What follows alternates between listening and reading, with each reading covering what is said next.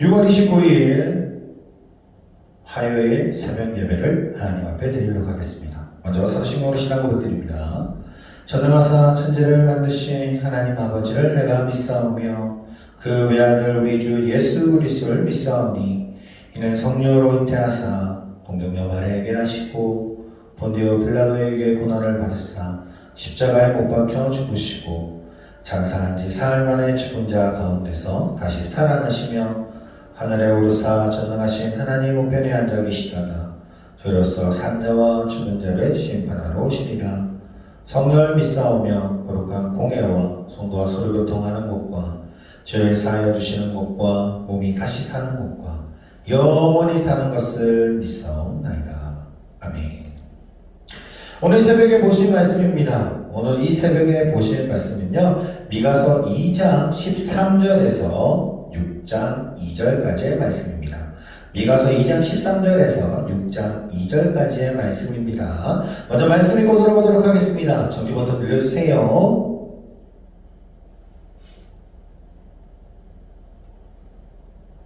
오늘 본문 말씀입니다. 오늘 본문 말씀은 5장 10절에서 15절까지의 말씀입니다.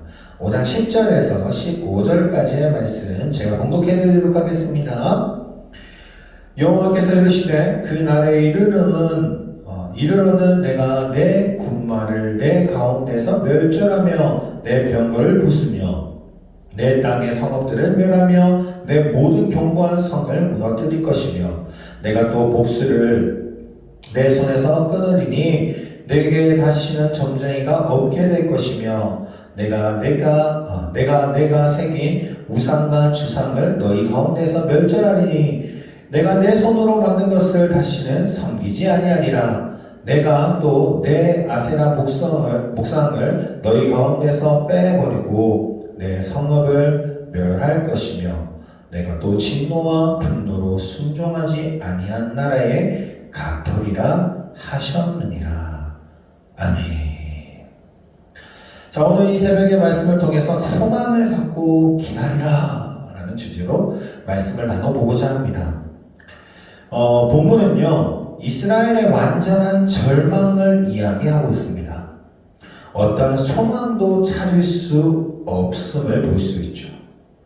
이미 적들은 이스라엘을 포위했고 또한 점점 압박해 들어오면서 이스라엘 군대조차 조직할 힘도 없음을 볼 수 있습니다. 너무나도 처절하게 지금 결말이 있을 수밖에 없는 상황들을 이야기하는 것이죠.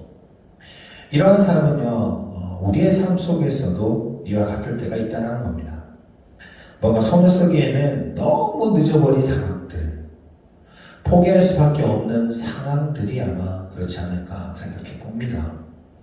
어려운 상황들이 삶을 압박해 볼 때 이미 내 인생은 끝난 게 아닌가 라는 생각이 들기도 합니다.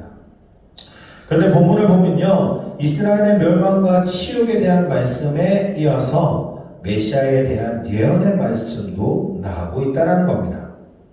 메시아의 신앙의 가장 중요한 것이 무엇이냐? 바로 기다림입니다. 하나님께서 일하시는 방법 중에 하나가 우리로 하여금 기다리게 하는 것이거든요. 바로 응답해 주시면 얼마나 감사하겠습니까? 바로 응답해 주실 때도 계시죠. 그런데 대부분의 하나님의 응답은 우리가 끊임없이 기다리고 기다려야 될 때가 더 많습니다. R.T. 캔달이라는 신학자가 이런 책을 냈다고 합니다.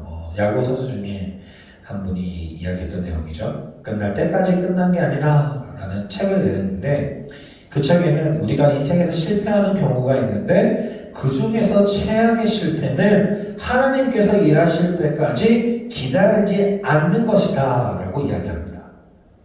기다리지 않고 포기하는 것, 뭔가를 하기에 늦었다고 생각하는 것은 어떻게 보면 인간적인 생각인 것이죠. 하나님은요, 우리가 적극적으로 기다리기를 원하십니다. 적극적인 기다림이란 하나님이 일하실 때까지 최선을 다해 준비하는 것입니다. 미가는요, 포로 생활로 인해서 심신이 지쳐있는 그 이스라엘에게 새롭게 됨으로 마음을 경고하고 또한 하나님의 백성답게 살아갈 것을 선포합니다. 하나님은 멸망의 끝에도 결국은 구원을 베푸시는 분이시죠. 우리가 다시금 새롭게 힘을 일어날 수 있는 이유입니다. 지금 너무나도 많이 힘든 상황 속에 놓여 있으실 겁니다.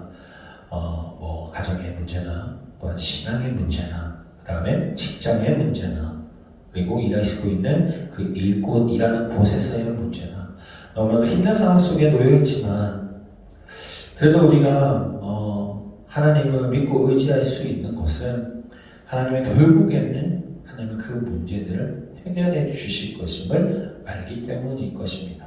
그것을 알기 때문에 기다릴 수 있는 것이죠.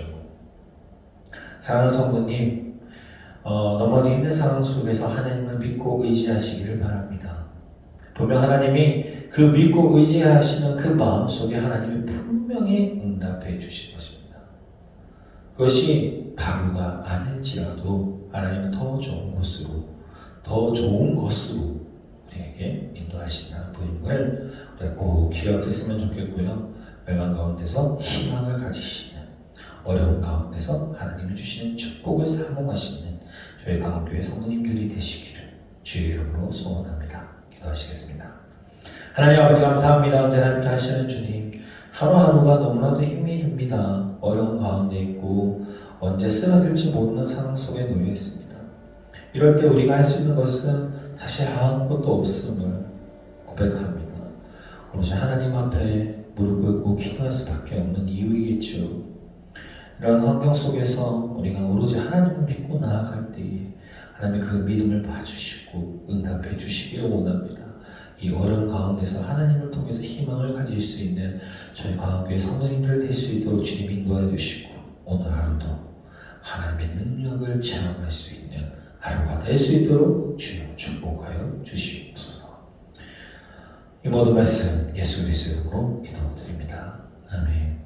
하늘에 계신 우리 아버지여, 이름이 거룩히 여김을 받으시오며 나라의 임하옵시오며 뜻이 하늘에서 이룬 것 같이 땅에서도 이루어지리다.